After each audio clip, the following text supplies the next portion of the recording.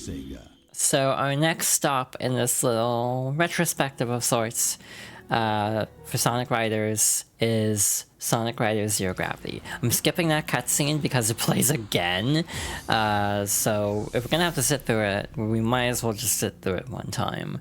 Hi Chibi, welcome on in. Thank you for the head pats, as always.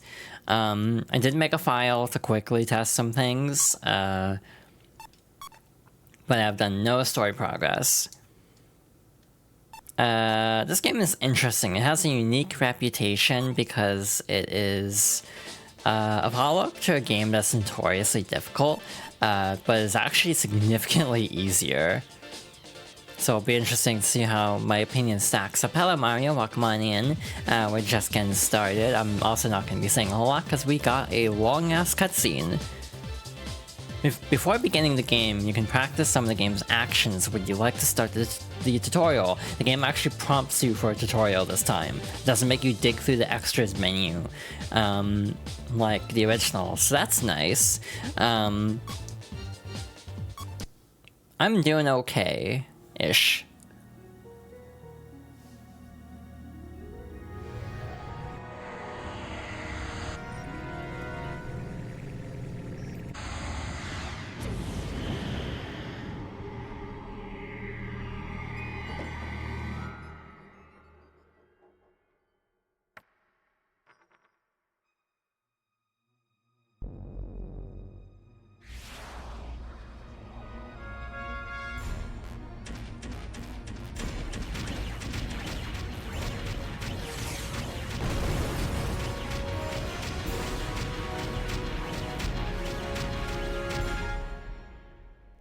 Made by the leading security company, Mediotech, are no longer responding to commands and are running amok all over the world. The International Security Organization, GUN, has begun to investigate the event. Mediotech has not yet issued a formal Is this the meteor that fell last night? Yeah. The sound of the impact woke me from my sleep, and I found it outside. We'll be at Megalo Station shortly.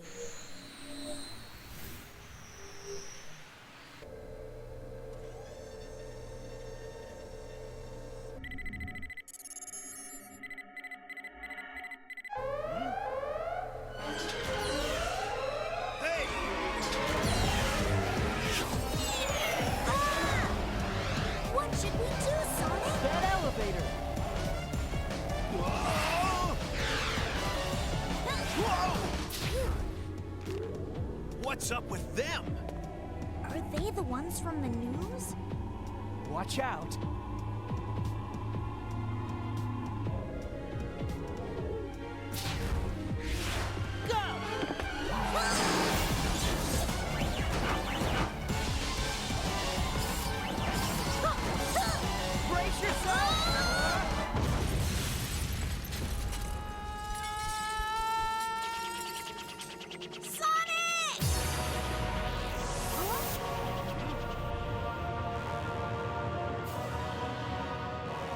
What's going on?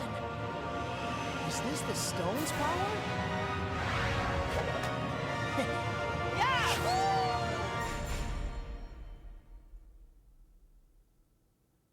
And for that, we should be immediately thrown into our first race. We gotta get first place. There's no third place this time. They're throwing you into the deep end of the pool. But ultimately, this game works very similarly on a fundamental level. I think that one forced us to get a decent start, so that's nice. Tricks have been greatly oversimplified, so you don't have to do actual directional inputs. We can't use special gimmicks until later.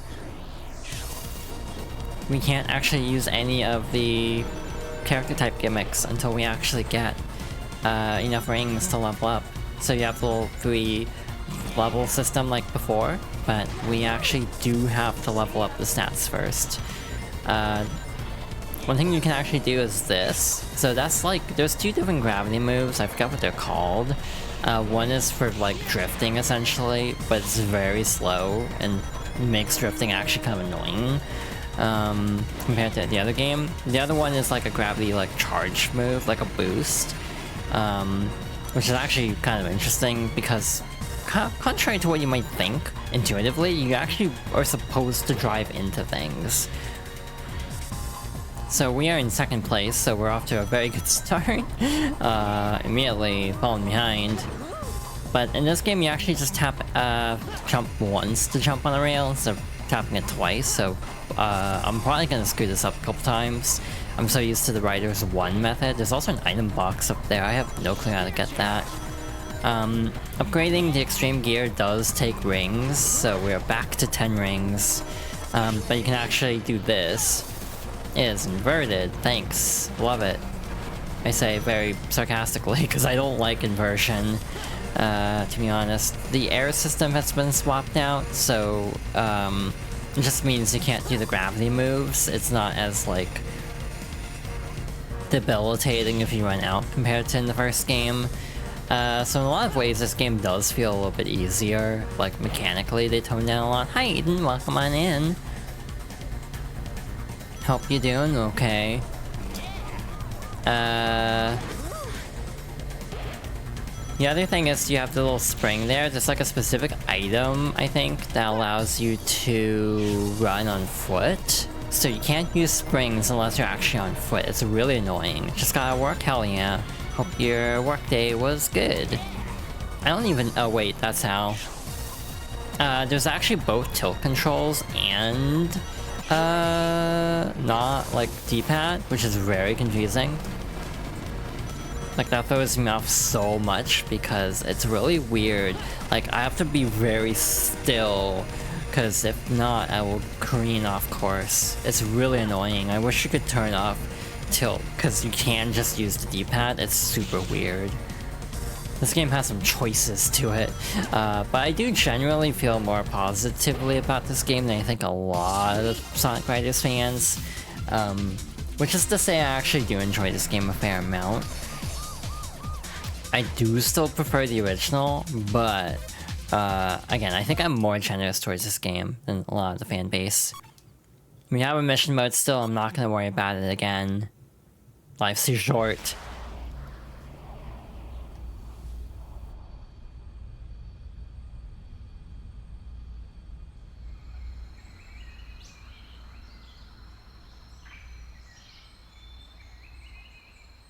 They don't give a guy a break, huh? We can't just stand around here. Right. Whoa! Guess who? Amy? What are you doing here? Fated lovers are always drawn together, silly. Amy? Okay, you got me. I was running away from those robots. I was so scared. Hey! What's that? The cause of all my troubles. I picked it up and those stupid robots came after me. So that's it. Those things must be after this stone. I guess that settles it then. The key to solving this mystery is Mediotech. Hey, Sonic, we got company. Okay, here we go!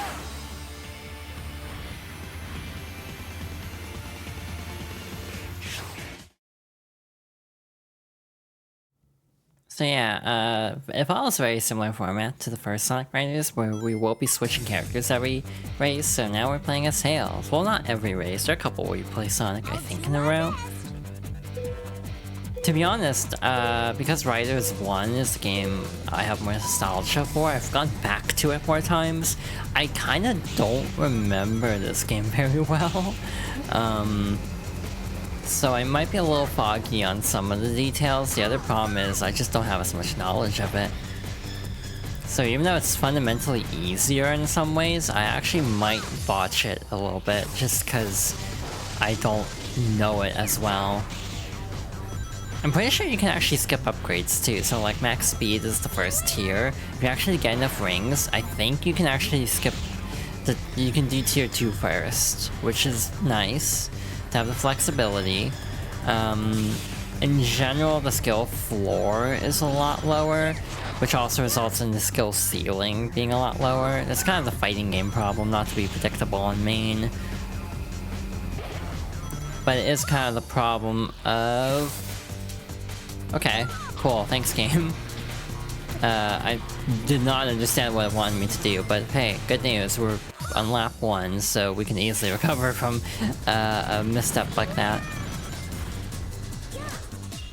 This is the Wii version, to clarify, unlike the original, which was on everything, including a pretty rare PC version to my knowledge. This was only put out on PS2 and Wii in early 2008. Not even kidding. It wasn't even on like PS3 or 360. This was like strictly kind of a last-gen game, which is really weird. And it's actually something I miss a lot in gaming, is like bespoke releases for less powerful hardware.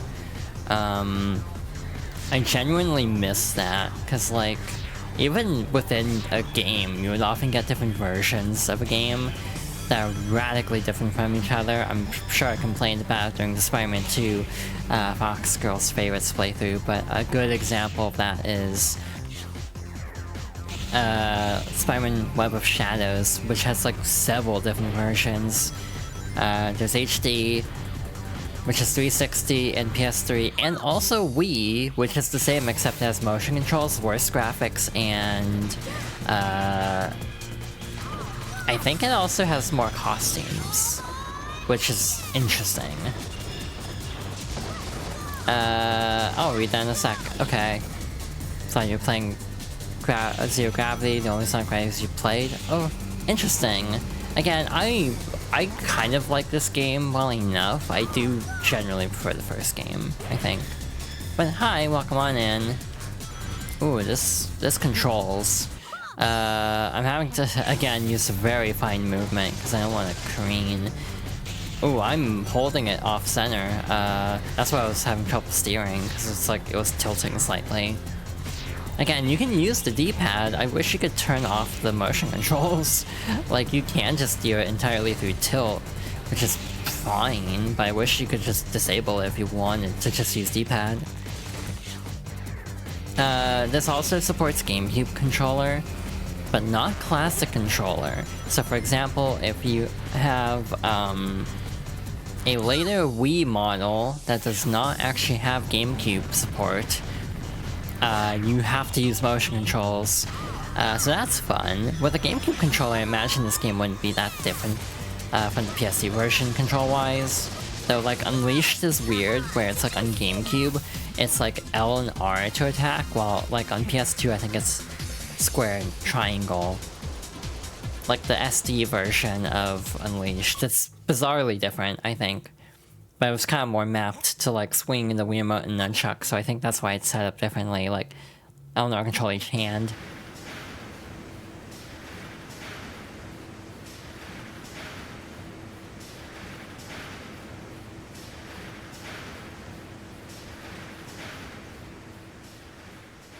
Looks like we'll need to watch our step. Dang!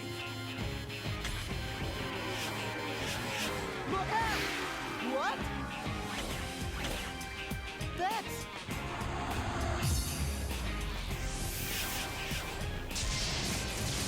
Ah! It's been a while, Sonic the Hedgehog. Jet? Long time no see, Shorty. Wait! We're here to settle the score from last time. Anytime, Babylon Rose. Cut it out, Storm. All right, Kirby. Hand over the Ark of the Cosmos. What are you talking about? Don't play dumb. Not after swiping the Ark of the Cosmos right out of our hands. Hey, hold up a minute. Girls hate guys who rush them, Jet. Rush? Ha! I'm the fastest thing in the universe, and today I'm gonna prove it. Ha!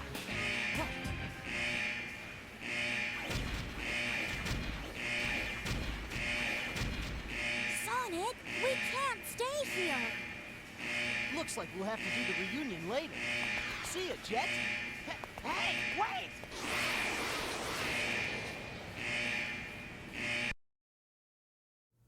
Again, this is the Wii version of the game. Again, it was only on PS2 and Wii, so this is interesting. Playing on Wii. I actually had the PS2 version growing up, so it's interesting trying to play the Wii version. It's not that different, to be fair. Again, being able to use the D-pad is nice. However, it is confusing. Again, I have to sit really straight. I have to really be... This is helping my posture while streaming, because I have to hold the controller extremely level, or else it'll start tilting. Like, I'll just drift slightly because I'm using motion controls. But again, like, power characters can't actually punch things until you actually upgrade, which is really confusing. Again, choices were made with this game in terms of the upgrade system.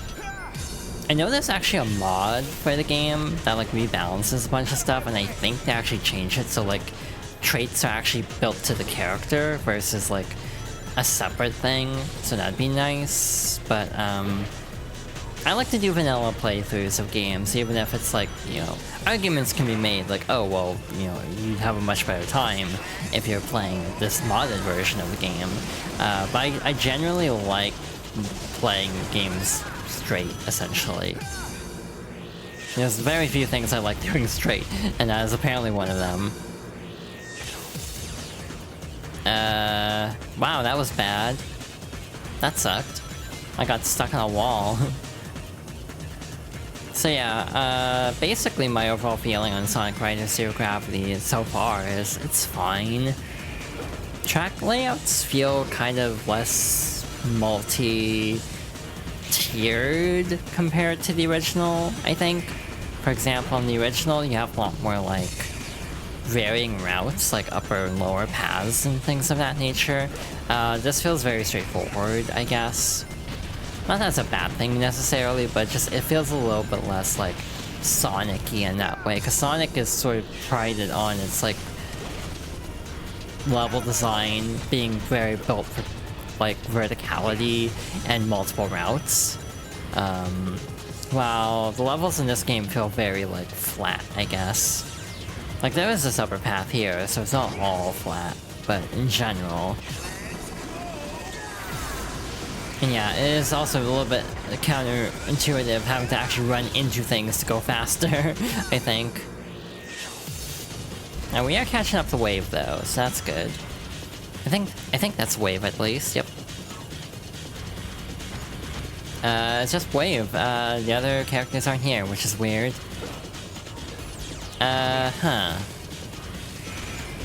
I actually think we should have gone the lower path. I think that's one that's better for Knuckles, but actually doing tricks to end up on the tier you want is a little bit harder in this game because there's less like input into actually doing tricks.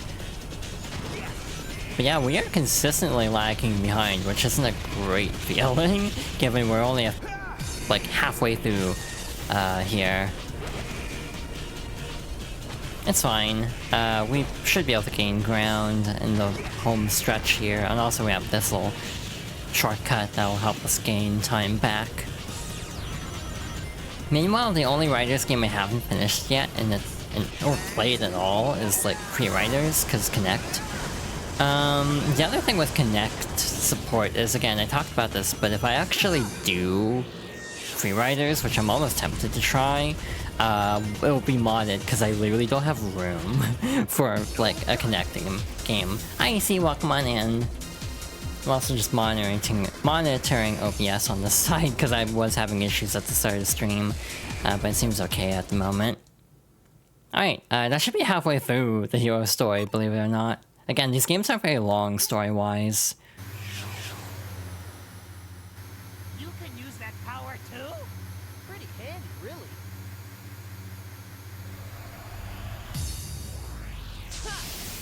Engage EM algorithm. Maximum value. Access mother computer. Mother computer access denied. Why?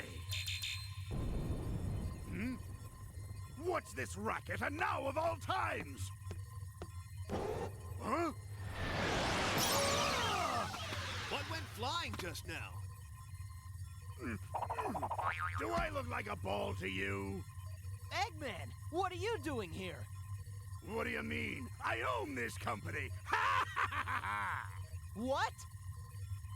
So you're the ringleader behind this one too, Eggman? Ringleader?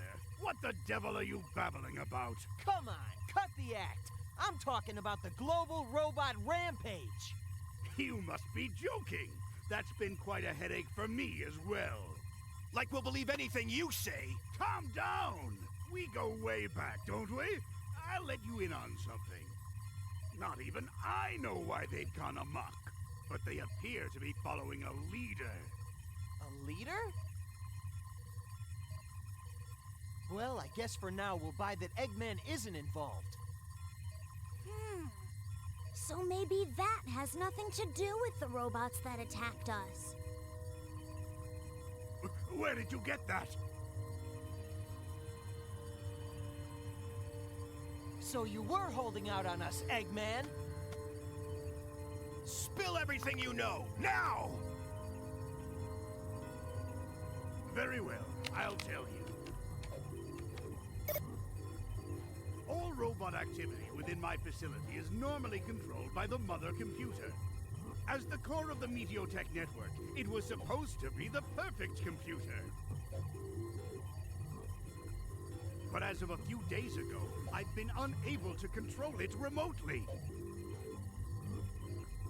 The power unit within the mother computer is a stone identical to the one you're holding. According to my analysis, that stone can convert huge amounts of mass energy into other forms of energy and exudes a unique magnetic field. Huh? Shut up and listen. In any case, it appears that somehow the robot's leader also contains a stone with similar powers to the one in the mother computer. What?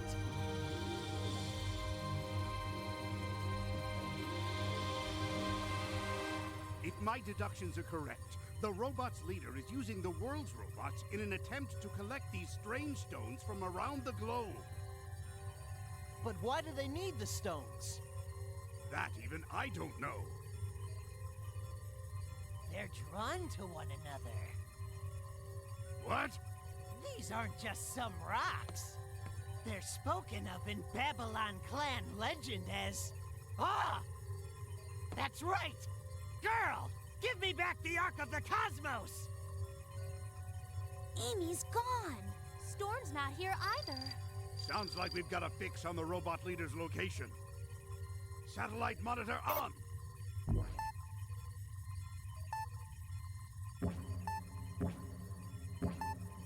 Amy! And Amy is potentially in danger. Reach the goal within 3 minutes 24 seconds. That is so specific. I'll do my best. That is such a specific time. This one's actually kind of unique because it's not really based on position, it's based on time. So like, it's a very casual race. This game does have more variety in some ways, which is kind of nice. Oh yeah, and you to actually not hold the Wii Remote at like all angled like I normally would. Normally I definitely don't have the best posture with things, so I actually need to think about that. Wow, we are already at level 2. That is a good sign. I do find fascinating how much of a vibe change this game is compared to the first game. It has a very different feel to it than the original. I think for that upper path you do have to like, you know, use the gravity to boost up to the upper level, but I always forget to do it. Alright, there we go. But the whole energy of this game does feel very different, and also writers in general. I remember some speculation because the city in Forces kind of looks like the city from Zero Gravity from the opening cutscene. I don't know if there's any link, because Sonic lore is, let's be real, kind of a mess right now. But it's interesting to think about. I'm also completely zoning out on the time limit, which is the smartest thing to do. clearly. I should definitely actually be thinking about how fast I'm going, but I'm not, so oops. Clearly, I make good decisions. I think the story mode is actually longer in this game. I think it's like 6 races for heroes and like 7 for Babylon. Now that I think about it, because I remember another track. Now that I'm thinking about it, I think there's one after this. And then the final race for heroes. And then Babylon should have 7 as a result. The gameplay is more chill, but the actual plot is more serious. Yeah, it's very weird. I don't understand it. And then Free Riders is very chill. 6, 7, 7, 5, 6. So yeah, it should still not be that long of a playthrough. Again, we're getting through this really easily. But I hope everyone's having an alright day today. Again, I'm feeling okay at the moment. Hello Esper, welcome on in. I'm just kind of vibing with this game. Again, my sort of hope is for Wednesday, or in some cases Thursday, potentially, to be kind of like a vibe day. Oops, too late. And then have Monday, Friday be the main playthroughs. So we'll continue Thousand Year Door, hopefully on Friday if I'm feeling up to it. We'll test that out to see how that goes. Ooh, frame rate did not approve of that. What happened? The flight ramp just decided not to work. Cool. Neat. You'll love to see it. Anyway, yeah, I do feel like this game is significantly easier, at least so far. I might eat my words though, but yeah, that was pretty chill. The other characters did not finish in the time limit we were given, so oops. It's not great. But good thing we did.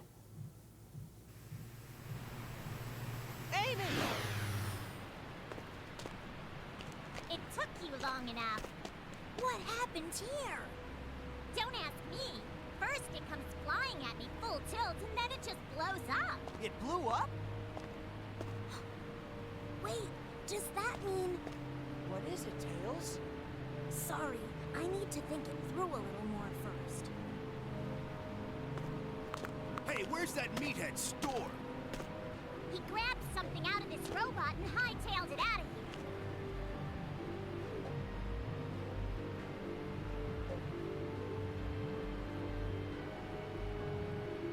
So does this mean the rampaging robots will all cool it? I don't think it's that simple. If Eggman started all this by putting that stone in his mother computer, I don't think it'll stop until we remove it. So where is that?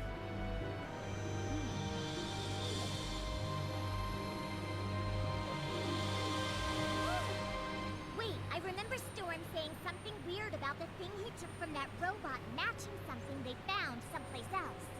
Well, oh, where was it he said? Giga, something like that. Wait, Gigan! The Gigan rocks. Right, what you said. You know it, Knuckles? It's a pretty famous ruin among us treasure hunters. A legend about shooting stars tells of some star shard sealed there that can grant your wishes. Shooting stars! Sonic, let's head to the Gigan rocks right away!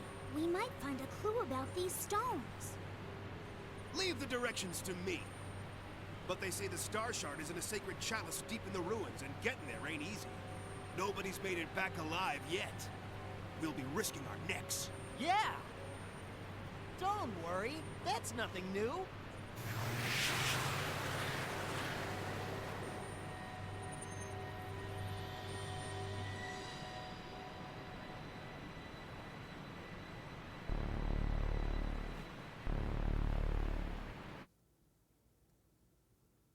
I don't know how to explain it, but the characters are such goobers in the Riders games. They're so goofy. Like, oh yeah, this is gonna be super dangerous. Sonic's like, yeah, a thumbs up. Hell yeah, danger. It's very in character, bizarrely. It feels sort of out of character and in character at the same time, and I don't know how to explain it. Like, hell yeah, we're gonna be dealing with life-threatening ruins. Cool. So yeah, I do like the stories of these games, I will fully admit. I think they're just very silly. And again, that's why I'm mostly kind of like, I don't know if I'm gonna end up liking Free Riders. Because the story from the little bits I've seen, which admittedly isn't much, it doesn't look that interesting to me. Basically Death Chamber all over again, yeah. But again, there's also the argument that, like, the Riders games are the only ones that actually let Knuckles be a treasure hunter. And have, like, that kind of knowledge of ancient ruins and everything. So, again, there's specific character traits that just are ignored in Sonic, and they don't show up very often. Sonic in general has that problem really bad of, like, having different character traits get kind of lost, and we're actually having the problem with Amy now. Where so much emphasis is being put on her doing tarot readings, I feel like some other parts of her character, like design, are actually being lost. I don't know if that makes sense. But like her moves in Frontiers to Final Horizons felt like her adventure moveset, except instead of using her hammer, it just relied on the tarot cards. Like, she has a very similar moveset in some ways to the old games. Or at least to Adventure 1, but it just swapped it out to be tarot themed. Which is like, there's nothing inherently wrong with that, but it does feel kind of like they are forgetting, yeah, she does have a hammer, historically. It's like, I think a balance could be achieved between the two. But yeah, again, small quibble, frankly, that's not a huge deal.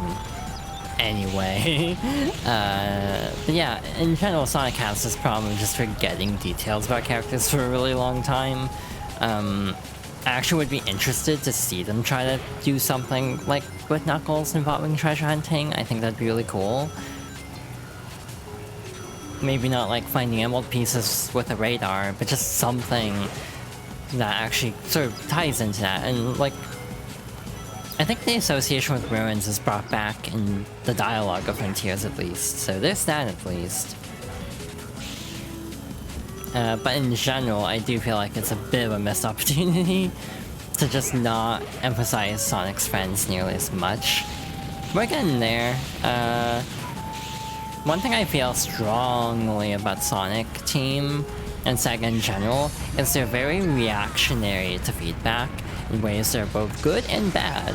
So for example, I think Final Horizons is a great example of that because within just Frontiers itself, they were so all over the place with listening to feedback and like, oh, like you can just hold parry constantly, so like there's no challenge. So what do they do in Final Horizons? Let's make it frame perfect. It's like, why? That's too far the opposite direction. And that's the constant Sonic Team problem. It's just going too far the opposite direction with feedback.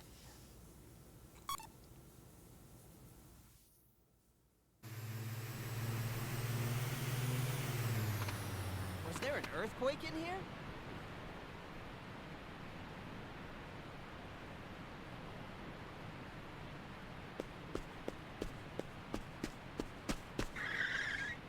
Gone! What's wrong, Knuckles? The legends say the Star Shard is supposed to be in this chalice. Did it roll off somewhere in the quake?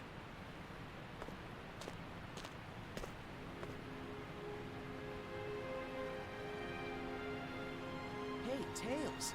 What's up with this painting?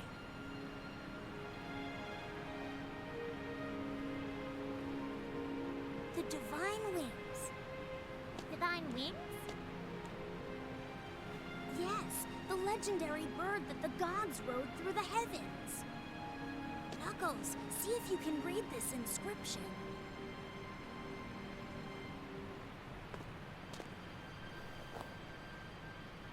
The Divine Wings, straddler of stars, lose their plumes to the dark and fall to the ground.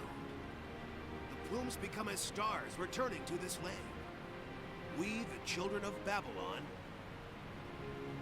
Babylon? What connection do they have with these stones? We still don't know that. But could the stones those robots are after be the plumes written about here? The Divine Wings, Straddler of Stars. Could they be power units used to operate some starship? So this Divine Wings thing is... Right. Babylon Guardian.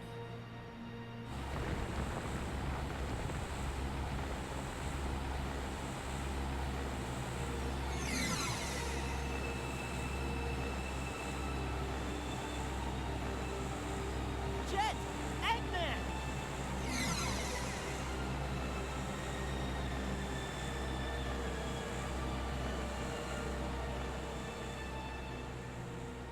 Knuckles, what does the rest of the inscription say?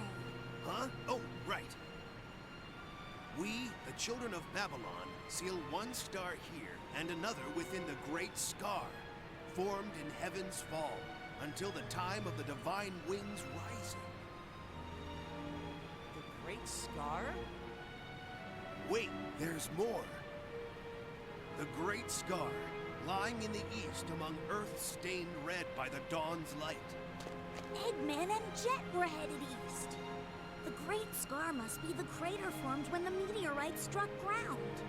That must be where Eggman found the plume. Which means the mother computer... Is probably waiting there too.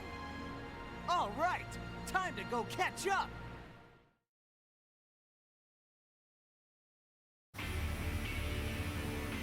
Huh? Ha! Took you long enough. Where's Eggman?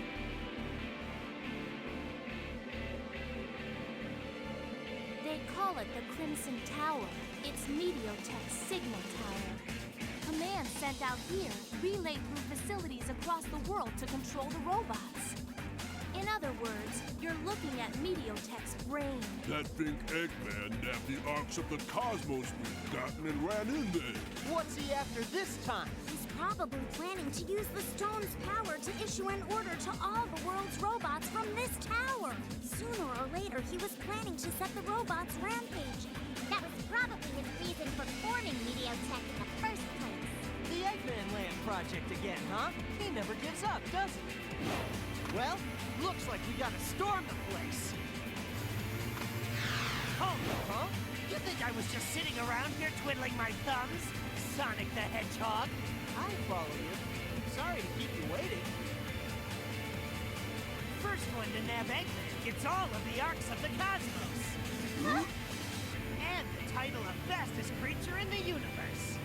Huh, sounds like fun to me. Let's get started.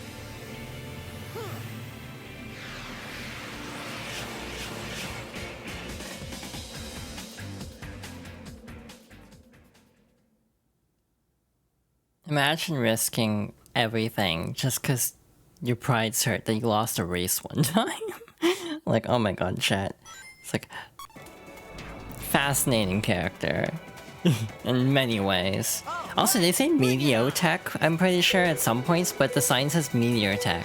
It's like they can't even make up their mind on what this is actually called. This stage, this mini-map looks like hell. Like, oh my gosh, that's really topsy-turvy. I feel like I was gonna say something else during the cutscene. But like, you know, Knuckles picking up the little altar and everything and also reading the inscriptions and everything, it's like, this is like one of Knuckles' better appearances, I'd say, of this era. In general, I feel like this era of Sonic, post 06 and pre-Colors / Free Riders, I think is kind of an era that has good intentions. Actually, I would say 06 also has good intentions, for that matter. But just bad execution, essentially, is kind of my take on Sonic. Like, I genuinely think the hearts are in the right place for a lot of this era, like Secret Rings, Black Knight Unleashed. There's gotta be more than that, but I'm drawing a blank. Wow, I'm drawing a blank. What other Sonic games came out in this era? Even Rivals 2 to some extent. Yeah, Black Knight. they were kind of like simultaneously very handicapped for various reasons, one reason or another, but also just like kind of punching above their weight in other ways. For example, I think Black Knight is some of the best voice acting in the entire series. And Secret Rings also has very good performances. Now, I wish the rest of Secret Rings and Black Knight were enjoyable, but, you know, disregarding that problem, the stories and the presentations of both games are stellar. I just don't like playing either, and that's like the bigger problem. That's why I keep wanting an official remake that takes out motion controls, because like if you do that, I think Secret Rings will still play like ass, to be honest. For the same reason that Sonic Free Riders might still not be great, even if you just take out the motion controls. Now, this is completely me talking hypothetically, but I have a feeling that if you were to take Sonic and Secret Rings especially and get rid of the motion controls and it's just the same game otherwise, I think it would actually be really boring level design wise, because a lot of Secret Rings, because of the motion controls, kind of plays in a straight line. It's kind of the Forces problem actually, where it's just the level design is very straight. And there's not as many like alternate pathways and everything. And Project Reignition is an answer, but I like official remakes in some ways. I know Sega doesn't have the best track record sometimes. But again, I do think it ultimately has the problem with Black Knight and Secret Rings. Both are very linear because they're trying to account for motion controls. So they just end up not being great gameplay-wise no matter what you do. And I kind of feel like Free Riders might have that issue too. But again, haven't played Free Riders at all. But I have a feeling taking out the motion controls, it will make the game just feel kind of flat, because they had to just tailor a game to weird-ass controls, and if you take out the controls and give conventional controls, then it's just kind of like not as engaging. But again, maybe we'll try Free Riders. Actually try to form my own opinion on it, see how it feels. But again, I haven't actually tried the patch yet.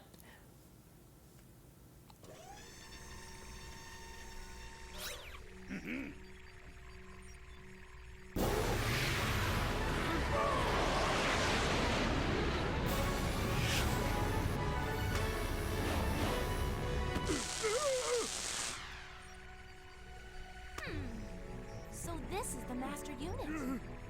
System error detected. All commands cancelled. My Eggman Land plans are in ruins after all these years. Deal with it, Eggman. You're through. Huh? A trap! What have you done, Eggman? Look! Babylon Garden.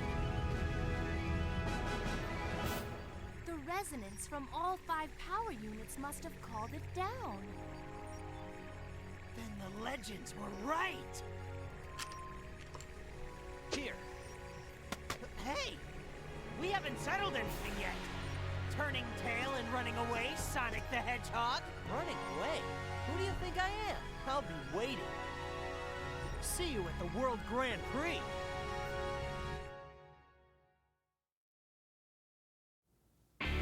Oh yeah, Dark Brotherhood would have been a time. I'll always associate that with being in a car during a 3-day move across 2 states. Maybe it's not great. I can't even say it was one of the better games I played on that road trip. I was like Madagascar for DS, which was bad. But I also found a copy of Fire Emblem, I'm pretty sure. That would have been the best game, even if I sucked at it. I'm bad at the first Fire Emblem, which is part of the reason I like Sacred Stones better. More on that later.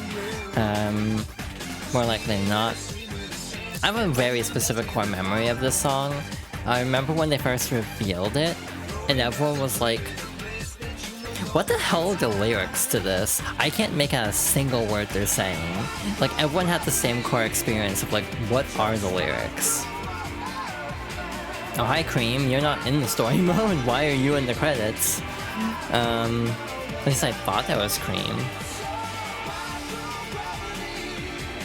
I do wish in general the Writers games had actually had like Team Dark and everyone, but I kind of feel like this is sort of a budgety game. I think it was like $50, maybe 40. But yeah, Cream's just there. Like, you're not part of the story mode. Why are you here? Unless it was planned and they didn't actually implement that. And also, Amy is not playable in the story. So yeah, just generic credits apparently, not tying specifically into story events. But yeah, I had an okay time with the hero story. I guess we'll see how the Babylon story treats us. That did not take much longer compared to the first game's story. This one is slightly longer because there is an extra race, but that only adds on like 5-10 minutes to both stories, so it's still like a 2-hour game. Yeah, and then you remix Catch Me If You Can for the other ending. It got spoiled on that because it's in the credits. But yeah, again, my biggest gripe with Crossworlds, to my understanding, is there's not really a story mode. Like, if there was a story mode that actually was good, I would be a lot more excited for it. But it's like, we haven't had a story mode involving the Babylon rogues since Free Riders, and that's not a very good story mode from everything I've seen. But again, I'm throwing a lot of shade at Free Riders, and I haven't even played it, so maybe we'll tackle that. It won't be next week. I have something special planned for next week, potentially. There's a game coming out very soon that I might do a quick stream of. It's only apparently an hour long. So maybe, depending on what gets announced at EVO, we might do, like, something special next Wednesday. Just make it like an Arxis day, basically. If the actual, like, ranked mode is out, which I'm not sure if it is. Like, I know people are speculating Lucy's gonna be out soon, but I'm not really interested in playing Lucy just because I have no attachment to Edgerunners or Cyberpunk 2077 in general. But if the ranked mode is out, maybe I will play Strive next week. But again, Arxis is also releasing another game on Switch too. That's apparently like a little short, $8 like visual novel kind of thing, which I'm very excited about because it's done by the writer and artists of Another Code and Hotel Dusk. So just kind of on that, I want to play this game at the very least, just to see what it's like. I like how I just talked about other things towards the end of the credits, because I kind of ran out of Sonic Riders thoughts until we get to the other ending. Yeah, nice little breezy playthrough, again, and then Thousand Year Door is gonna take like 15 streams at the rate I'm going. I thought of one thing I could cut out from, and like not actually show, but we'll see.